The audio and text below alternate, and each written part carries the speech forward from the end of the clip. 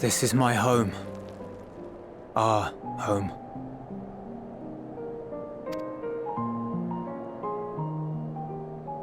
At least it was, until that night. I was with Lord Quintus when the capital fell, and thus spared. My family, who did not own a radio, were less fortunate.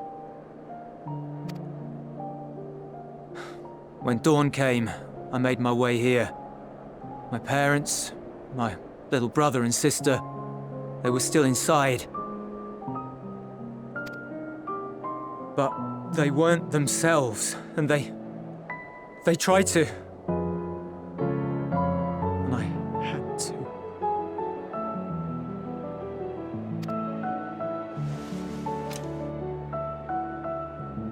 I'd promised to take them away from the capital that very morning, to somewhere safe, to hide until the fighting stopped.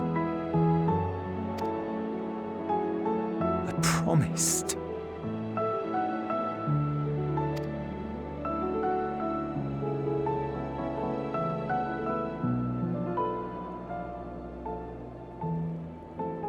The Garlean flag bears a chain, the bonds between our countrymen. A red link at its center. The blood of the fallen. Our loved ones who lived and died for Garlemald.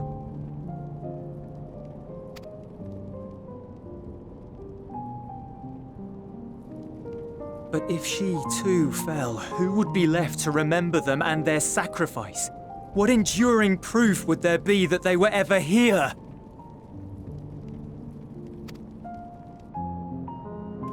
If we had turned to your gods, would they have saved us?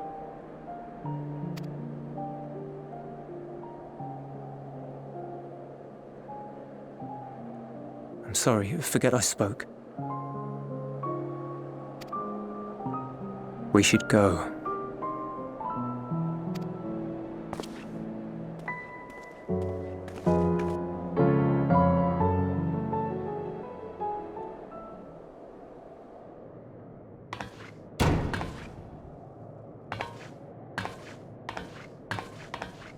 It's no use.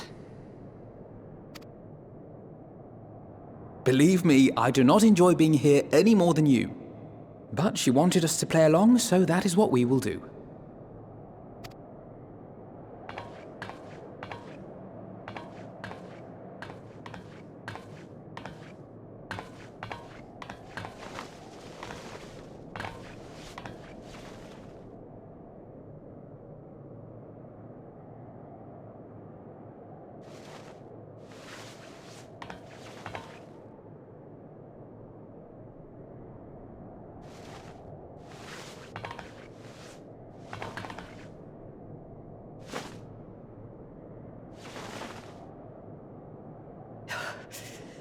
so cold.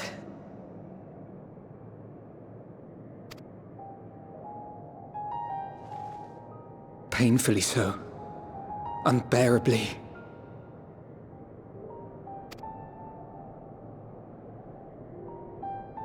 I've been thinking about what Quintus said.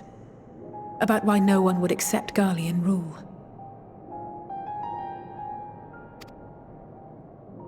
Irreconcilable differences.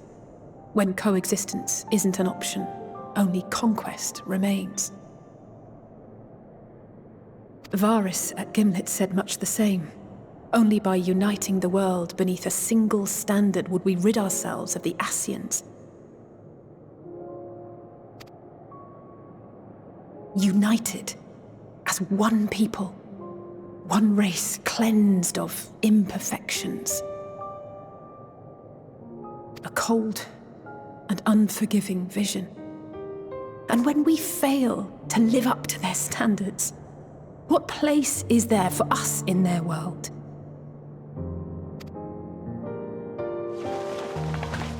But the truly sad, truly frustrating thing is how damnably similar it all is to the lofty ideals of Father and the Forum. Non-intervention. Always non-intervention. Protect our knowledge and our people, and to hells with the rest of you.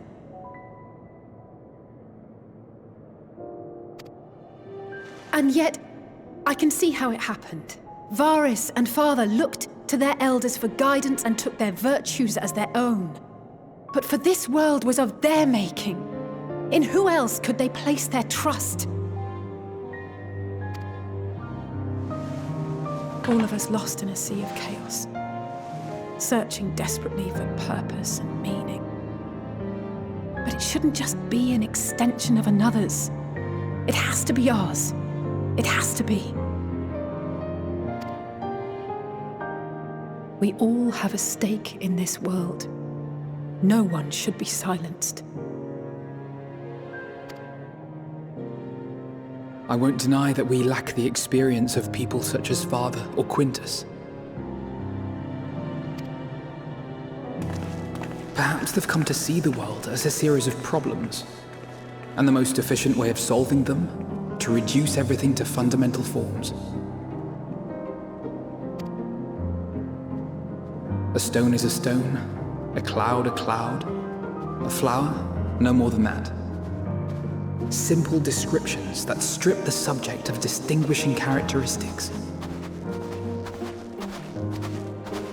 A man is a man, divided according to race, creed, or allegiance, and to some, defined by such associations. Is that what you think?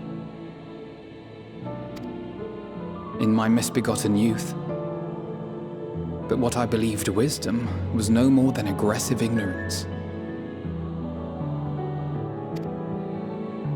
I've since learned to look beyond the banners and the politics, to see people as individuals with their own hopes and dreams. As for my dream of building a better world, well, every day I'm reminded that it is far more complex than I had ever imagined.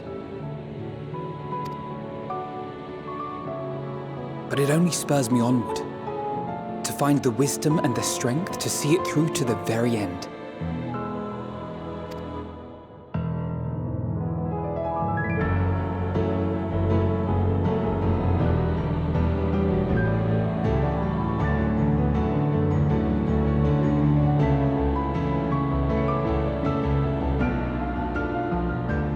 All of our supplies and an immediate withdrawal.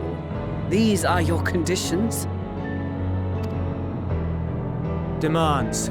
And you forgot about the airship. Once again, you will leave one behind. It will be used to return the prisoners. Their collars will be removed prior to the exchange.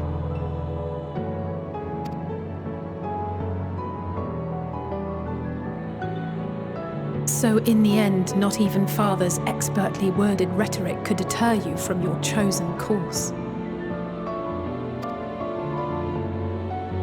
Huh? Not that I thought for a moment that it would. I've no love for violence, of course, but ours is a cause worth fighting for. I just wish he'd realize it too. Sometimes the only way to protect the ones you love is to take a stand, to refuse to suffer in silence. I want you to know I share your conviction. Whether it be on the battlefield or in the debating chamber, I won't back down. I guess what I'm saying is...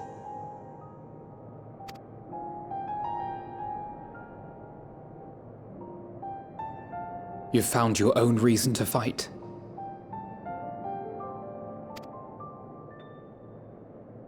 Yes. Yes, I have. God's willing, there will come a day when we can finally lay down our arms, and there will be peace. But not until the Telophoroi have been defeated once and for all. And you, brother, will have a vital part to play. By your words and deeds, you'll lead the way. I pray I am up to the task.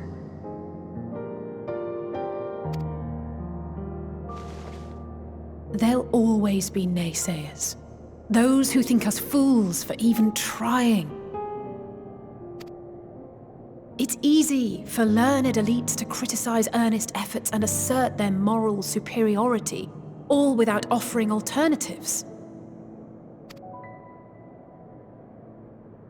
Not that their sophistry has ever wounded you. So stubborn and strong. Stronger than you even know. Don't ever change, you hear me? If you stumble, I'll be there to catch you. Or give you a thick ear. Maybe both, for good measure.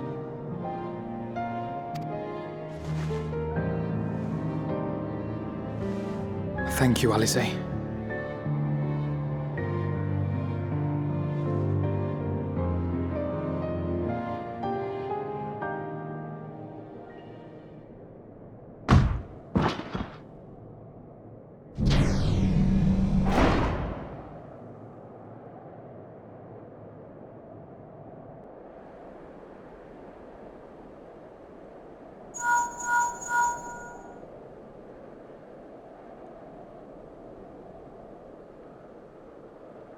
The scouts have secured Alize and Alphino. Their collars were removed without complication as well.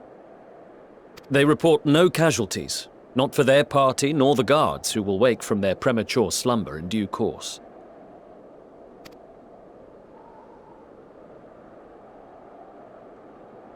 It would appear the situation has changed.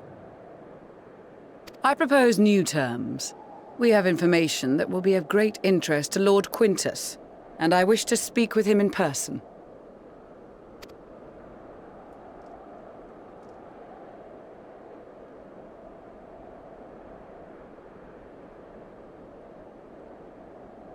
No.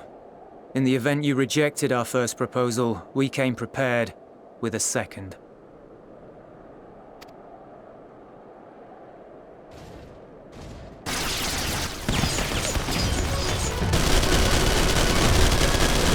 Ambush!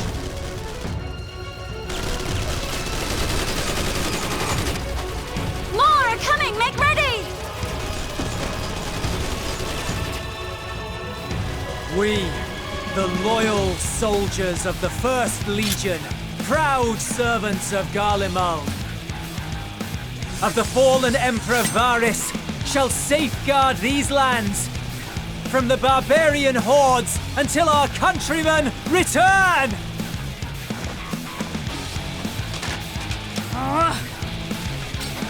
Stop, both of you!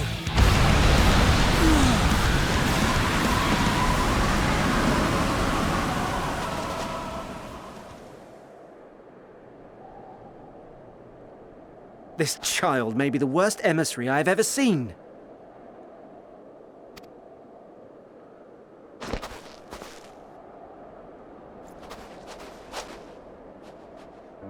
We received an urgent communication from the Grand Company of Eorzea. Envoys from the Imperial Army, led by members of the 10th Legion, came to Alamigo and requested an audience.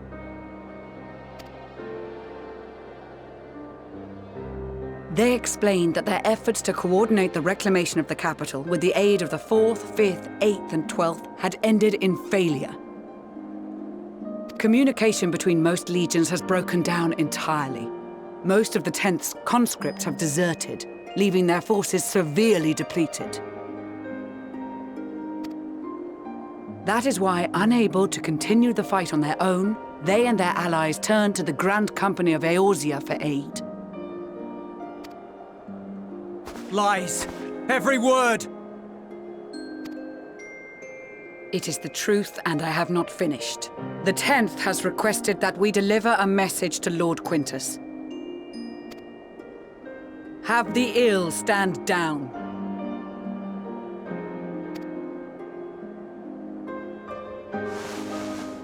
You have been listening, my lord? What are your orders?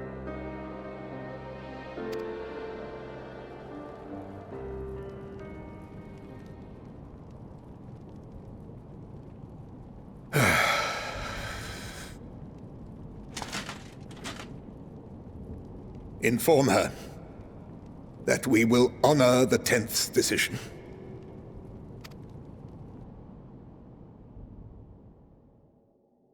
Bereft of hope, and now dignity.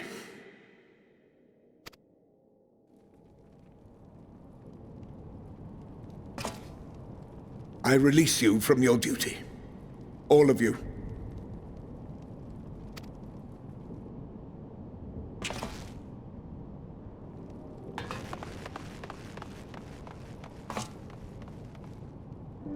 I take solace, your radiance, in the knowledge you are not here to witness our debasement. 'Twas a grand, glorious dream we shared. Of a world united, of peace and prosperity.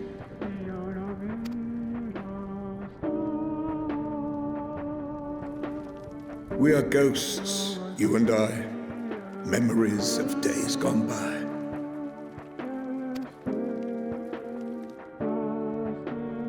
Bonds forged in blood that I will not see tarnished.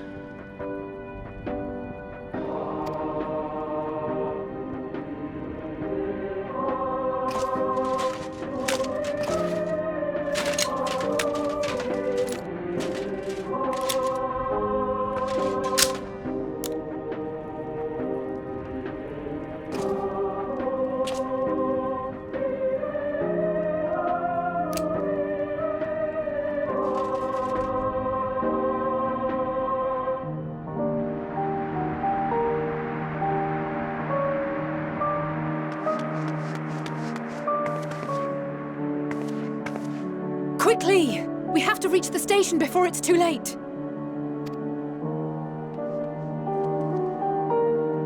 If there is still a chance that Quintus will agree to a truce, we must take it. I just hope we get there before he and his men do something rash.